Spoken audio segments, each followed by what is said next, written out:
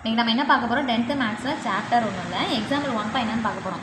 Question என்ன கொடுத்துருக்காங்க பாருங்கள், ஃபங்க்ஷன் கொடுத்துருக்காங்க f(1) என்ன, f(x+1) என்ன, அடுத்து f(x + f(1). ஃபஸ்ட் நம்ம என்ன கண்டுபிடிக்க போகிறோம், f(1) கண்டுபிடிக்க போகிறோம்.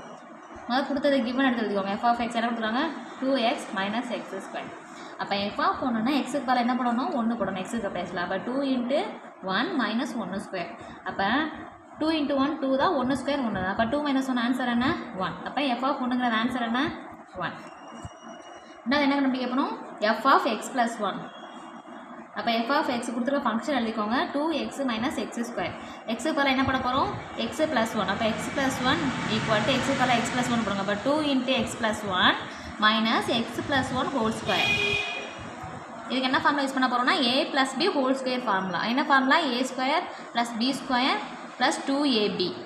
அப்போ உள்ள 2 கொண்டு போய் மல்டிப்ளை பண்ணுங்கள், என்ன வரும் 2x + 2 மைனஸ் போட்டு ஃபார்முலா படிங்க. a இருக்க இடத்துல என்ன இருக்குது, x இருக்குது, b இருக்க இடத்துல 1 இருக்குது. அப்போ a² பதிலாக x², b² பதிலாக 1² + 2 × abக்கு a க்கு x, b க்கு இடத்துல 1.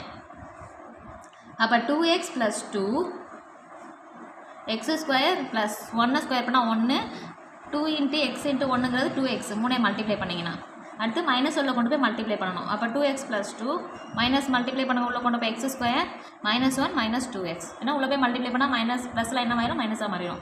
இப்போ மைனஸு ப்ளஸ் என்ன ஆயிரும், கேன்சல் ஆயிரும். மீதி என்ன இருக்குது, 2ல் 1 போச்சுன்னா மீதி என்ன இருக்கும் 1. அப்போ 1 - x². அப்போ f(x+1) ஆன்சர் என்ன 1 - x². எப்பவுமே ஆன்சர் எப்பவுமே ஹைலைட் பண்ணி காமிங்க. ரெண்டாவது என்ன கண்டுபிடிக்க போகிறோம், மூணாவது f(x + f(1). f(x) கொஸ்டின் என்ன கொடுத்துருக்காங்க பாருங்கள், ஃபங்க்ஷன் 2x - x². f(1) நம்ம என்ன கண்டுபிடிச்சிருக்கோம், இங்கே 1 கண்டுபிடிச்சிருக்கோம். ரெண்டு என்ன பண்ண சொல்லியிருக்காங்க, ஆட் பண்ண சொல்லியிருக்காங்க. அப்போ f(x + f(1) ரெண்டையும் ஆட் பண்ணுங்கள். இங்கே என்ன இருக்குது 2x - x² + 1.